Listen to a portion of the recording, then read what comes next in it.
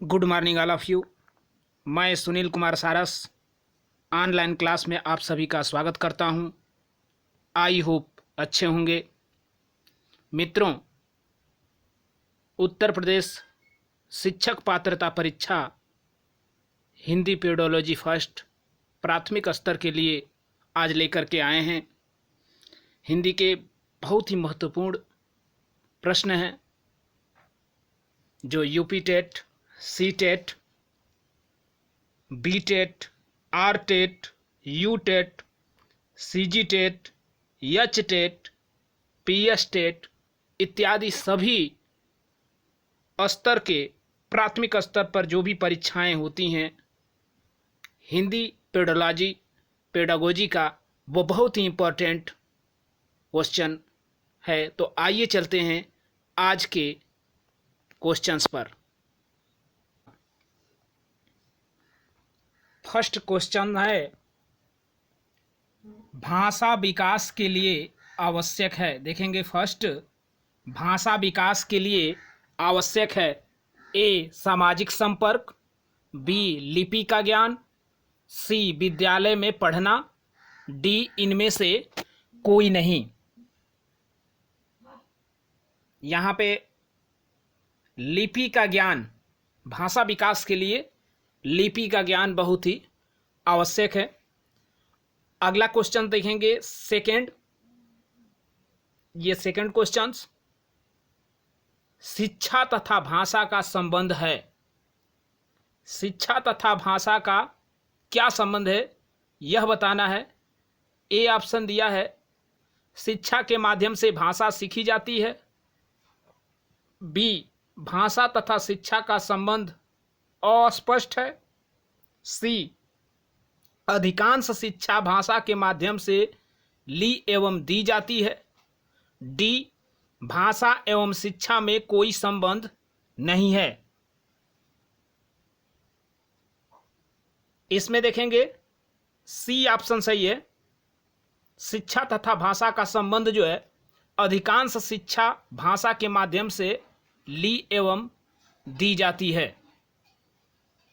अब देखेंगे अगला क्वेश्चन तीसरा, भाषा है, भाषा क्या है। ए विचारों का आदान प्रदान, बी ध्वनियों का प्रतीक, सी लिपिबद्ध विचार एवं अनुभव, डी वाक्यों का प्रयोग। बताना है आपको कि भाषा क्या है। देखेंगे तीसरा क्वेश्चन, भाषा क्या है, तो इसमें आपका फर्स्ट ऑप्शन सही हो जाता है। भाषा जो है विचारों का आदान प्रदान है। अगला क्वेश्चन देखेंगे क्वेश्चन 4, चौथा क्वेश्चन, भाषागत विकास को प्रभावित करते हैं। भाषागत विकास को प्रभावित करते हैं क्या क्या, इसको देखते हैं। भाषागत विकास को प्रभावित करते हैं, देखेंगे चौथा क्वेश्चन। चौथा में ए है पारिवारिक एवं सामाजिक संपर्क, बी है परिवार की आर्थिक स्थिति, सी है स्वास्थ्य और डी है उपर्युक्त सभी। तो इसमें भाषागत विकास को प्रभावित करने वाले पारिवारिक एवं सामाजिक संपर्क भी है, परिवार की आर्थिक स्थिति भी है, स्वास्थ्य भी है, यानी कि आप कह सकते हैं उपर्युक्त सभी। पांचवा क्वेश्चन देखेंगे, पांचवा, भाषा सीखी जाती है। भाषा सीखी जाती है सुनकर, बोलकर, सी है पढ़कर, डी अनुकरण द्वारा। भाषा कैसे सीखी जाती है, याद रखेंगे भाषा जो है अनुकरण द्वारा सीखी जाती है, इसलिए इसका डी ऑप्शन सही हो गया। भाषा अनुकरण द्वारा सीखी जाती है। अगला क्वेश्चन देखेंगे पांचवा, चूंकि भाषा जो है अनुकरण द्वारा सीखी जाती है। अगला 6वां क्वेश्चन देखेंगे, भाषा शब्द की व्युत्पत्ति हुई है। भाषा शब्द की व्युत्पत्ति किससे हुई है? सिच्छ धातु से, भास धातु से, दिव्य धातु से, इनमें से कोई नहीं। भास धातु से भाषा शब्द की उत्पत्ति हुई है। अब देखेंगे 6वां क्वेश्चन के बाद 7वां है हिंदी भाषा। देखेंगे हिंदी भाषा किस लिपि से संबंधित है? फारसी, देवनागरी, गुरमुखी, इनमें से कोई नहीं। बताएं। 7वां क्वेश्चन,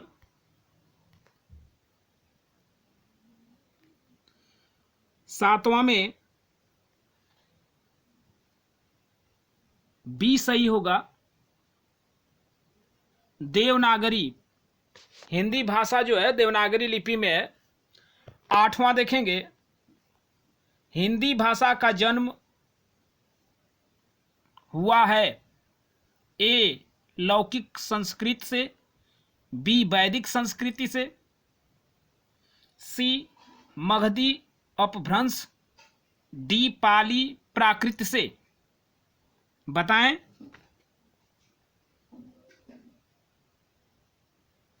आठवां का डी सही है, पाली प्राकृत से। अब देखेंगे 9वां क्वेश्चन, देव भाषा कौन सी है? देव भाषा कौन सी है? संस्कृत, हिंदी, पाली या इनमें से कोई नहीं। देव भाषा कौन सी है? बताएं। देव भाषा जो है संस्कृत को माना जाता है। देव भाषा संस्कृत है। अब देखेंगे अगला क्वेश्चन 10वां। देव भाषा आपने जाना था संस्कृत को। 10वां देखते हैं, सर्वप्रथम भाषा का प्रयोग किस रूप में हुआ? सांकेतिक, मौखिक, लिखित या ये सभी? सर्वप्रथम भाषा का प्रयोग सांकेतिक भाषा में हुआ था, यानी कि एक ऑप्शन इसमें सही है, सांकेतिक भाषा में। अगला क्वेश्चन देखेंगे 11वां, क्वेश्चन 11, संप्रेषण कहलाता है। संप्रेषण क्या कहलाता है? ए भाव एवं विचारों को दूसरे तक पहुंचाना, बी भावों एवं विचारों को ग्रहण करना, सी भावों एवं विचारों का आदान प्रदान, डी इनमें से कोई नहीं। संप्रेषण जो है भावों एवं विचारों का आदान प्रदान कहलाता है, यानी कि यह ऑप्शन सी सही हो जाएगा, भाव एवं विचारों का आदान प्रदान। देखेंगे 12वां क्वेश्चन, भाषा और विचारों में संबंध। ये 12वां क्वेश्चन देखेंगे, भाषा और विचारों में संबंध है ए मानसिक, बी घनिष्ठ, सी आर्थिक और डी शारीरिक। तो भाषा और विचारों में कैसा संबंध है?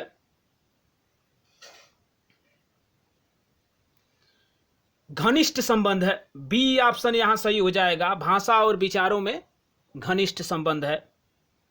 अब देखेंगे 13वां क्वेश्चन, बालक की भाषा सभ्य एवं सुसंस्कृत बनाने में योगदान है। बालक की भाषा सभ्य एवं सुसंस्कृत बनाने में योगदान किसका है? परिवार का, बी समाज का, सी विद्यालय का, डी इन सभी का। तो ये क्वेश्चन तो आप निश्चित कर लेंगे, 13 का डी इन सभी का, क्योंकि बालक की जो भाषा है सभ्य एवं सुसंस्कृत बनाने में जो है परिवार का भी योगदान होता है, समाज का भी योगदान होता है और विद्यालय का भी। तो इसलिए ये डी क्वेश्चन सही हो जाएगा इन सभी का। अगला क्वेश्चन देखेंगे 14, विचारों की अभिव्यक्ति का साधन है। ए भाषा, बी अभिलाषा, सी परिभाषा, डी त्रिभाषा। 14वां का बताएंगे कि विचारों की अभिव्यक्ति का साधन क्या है।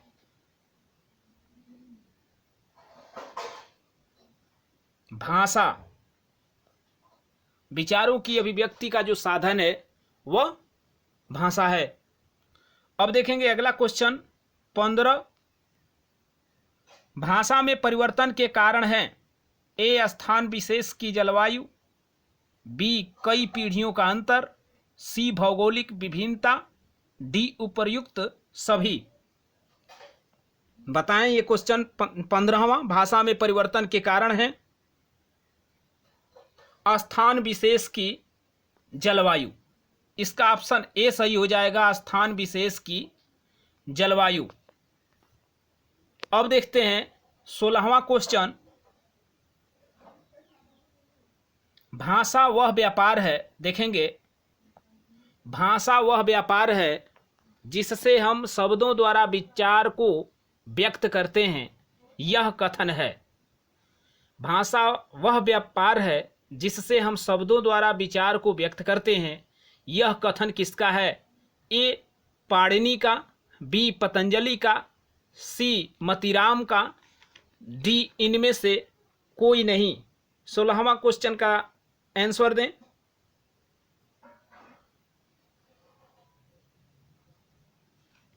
पतंजलि का। जी हां, पतंजलि का यह कथन है कि भाषा वह व्यापार है जिससे हम शब्दों द्वारा विचार को व्यक्त करते हैं। क्वेश्चन अगला देखेंगे 17वां, हिंदी की मानक भाषा है। हिंदी की मानक भाषा है। ए खड़ी बोली, बी अवधी बोली, सी भोजपुरी, डी ये सभी। हिंदी की जो मानक भाषा है वह क्या है।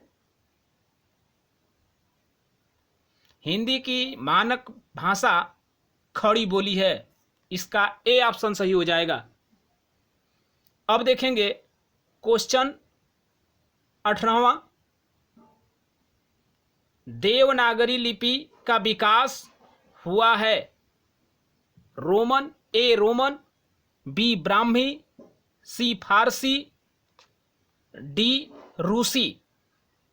18वां जो क्वेश्चन है उसमें कहा है कि देवनागरी लिपि का विकास हुआ है।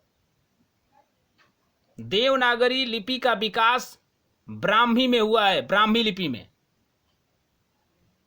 अब देखेंगे क्वेश्चन नंबर 19वां। क्वेश्चन नंबर 19वां, भाषा का उद्देश्य होता है।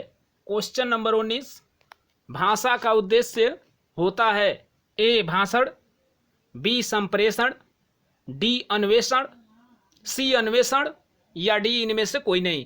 तो भाषा का उद्देश्य क्या होता है। भाषण, संप्रेषण, अन्वेषण, इनमें से कोई नहीं। बताएं। 19वां का बी सही हो जाएगा, संप्रेषण, क्योंकि भाषा का मेन उद्देश्य यही होता है, संप्रेषण करना, आपसी बातचीत। अगला क्वेश्चन देखेंगे क्वेश्चन नंबर 20वां है, हिंदी को भारत संघ की राजभाषा के रूप में कब स्वीकार किया गया। हिंदी को भारत संघ की राजभाषा के रूप में कब स्वीकार किया गया। ए है 14 सितंबर 1949, बी 14 अगस्त 1950, सी 26 जनवरी 1950, डी 14 अक्टूबर 1949। बताएं 20वां क्वेश्चन। 20वां का ए सही हो जाएगा, 14 सितंबर 1949। क्वेश्चन नंबर 21 देखेंगे। क्वेश्चन नंबर 21, भाषा का मानक रूप बालक कहाँ सीखता है? ए घर में, बी समाज में, सी खेल कूद में, डी विद्यालय में। भाषा का जो मानक रूप है बालक कहाँ सीखता है? 21वां क्वेश्चन का आंसर बताएं। देखेंगे 21वां क्वेश्चन का आंसर डी हो जाएगा, विद्यालय में। इसमें डी सही होगा, विद्यालय में। विद्यालय में। अब देखेंगे 22वां क्वेश्चन, भाषा किसका साधन है? भाषा जो है किसका साधन है? वाचन का, बी भाव विभक्ति का, सी लेखन का, डी इनमें से कोई नहीं। 22वां का आंसर दें। भाषा किसका साधन है? भाषा जो है भाव विभक्ति का साधन है। 22वां का बी सही हो जाएगा। अगला क्वेश्चन देखेंगे 23वां, मनुष्य के मानसिक विकास के लिए मातृभाषा उतनी ही आवश्यक है जितनी कि बच्चे के शारीरिक विकास के लिए मां का दूध। यह कथन किसका है? ए महात्मा गांधी, बी रविंद्रनाथ टैगोर, सी विवेकानंद, डी एनी बेसेंट। देखेंगे क्वेश्चन को एक बार फिर ध्यान से पढ़ें। मनुष्य के मानसिक विकास के लिए मातृभाषा उतनी ही आवश्यक है जितना कि बच्चे के शारीरिक विकास के लिए मां का दूध। यह कथन किसका है? देखेंगे यह कथन महात्मा गांधी जी का है, इसलिए ऑप्शन ए सही हो जाएगा।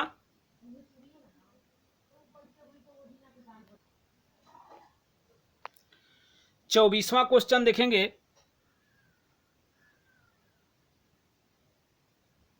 भावों एवं संवेगों की भाषा है ए रचनात्मक, बी भावात्मक, सी क्रियात्मक, डी लिपिकीय। भावों एवं संवेगों की भाषा है। भावों एवं संवेगों की जो भाषा है वह भावात्मक है, इसलिए ऑप्शन बी सही हो जाएगा। अब देखते हैं अगला क्वेश्चन 25वां, भाषा की शिक्षा। भाषा की शिक्षा के अंतर्गत सुनने का अर्थ है ए ध्वनि संकेतों का श्रवण, बी केवल ध्वनि संकेतों का श्रवण, सी बोधपूर्वक श्रवण, डी ध्यानपूर्वक श्रवण। 25वां क्वेश्चन है, भाषा की शिक्षा के अंतर्गत सुनने का अर्थ है। इसमें सी सही हो जाएगा, बोधपूर्वक श्रवण। भाषा की शिक्षा के अंतर्गत सुनने का जो अर्थ है वह बोधपूर्वक श्रवण है। यदि आप बोधपूर्वक सुनेंगे तो वही भाषा के अंतर्गत सुनने का अर्थ है। 26वां देखेंगे, मनुष्य को, क्वेश्चन नंबर 26 देखेंगे, मनुष्य को अपने दैनिक जीवन में सबसे अधिक क्रिया करनी पड़ती है ए सुनने की, बी पढ़ने की, सी लिखने की, डी बोलने की। बताएं 26वां, मनुष्य को अपने दैनिक जीवन में सबसे अधिक क्रिया करनी पड़ती है सुनने की। सबसे अधिक जीवन में सबसे अधिक क्रिया करनी पड़ती है कौन सी? सुनने की। अगला देखेंगे 27वां क्वेश्चन, क्वेश्चन नंबर 27, बाल मनोविज्ञान या ये कहें बाल मनोविकास का प्रधान साधन क्या है? बाल मनोविकास का प्रधान साधन क्या है? बताएं।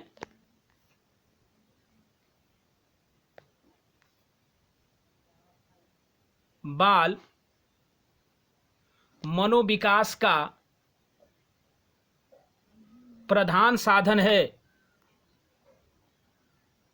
ए अंग्रेजी की शिक्षा, बी मातृभाषा की शिक्षा, सी विद्यालय की शिक्षा, डी इनमें से कोई नहीं।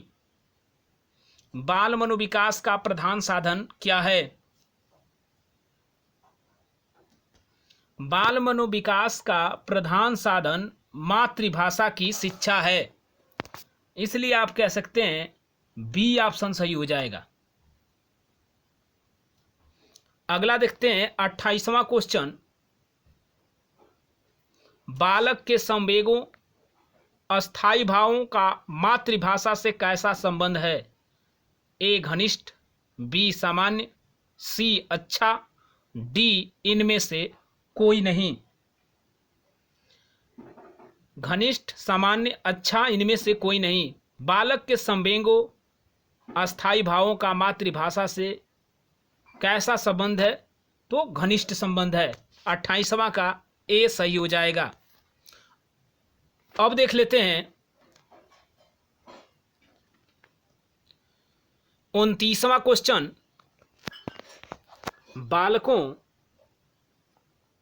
बालकों का बौद्धिक, नैतिक एवं सांस्कृतिक विकास निर्भर करता है खेल क्षमता पर, बी भाषा क्षमता पर, सी अध्ययन क्षमता पर, डी इनमें से कोई नहीं। बालकों का जो बौद्धिक, नैतिक एवं सांस्कृतिक विकास है वह किस पर निर्भर करता है? भाषा क्षमता पर निर्भर करता है। बालकों का बौद्धिक, नैतिक एवं सांस्कृतिक विकास जो है भाषा क्षमता पर निर्भर करता है। और अब देखेंगे लास्ट क्वेश्चन, प्रश्न संख्या 30। वर्णमाला है वर्णों का समूह, शब्दों का समूह, वाक्यों का समूह, ये सभी वर्णमाला क्या है? बताएं। वर्णों का समूह है, शब्दों का समूह है, वाक्यों का समूह है, या ये सभी है? वर्णमाला जो है वर्णों का समूह है। मित्रों, अभी तक यदि मेरे चैनल को आप सब्सक्राइब नहीं किए हैं तो सब्सक्राइब कर लें, लाइक करें तथा शेयर करें एवं कमेंट करें। आज के क्लास में बस इतना ही। धन्यवाद।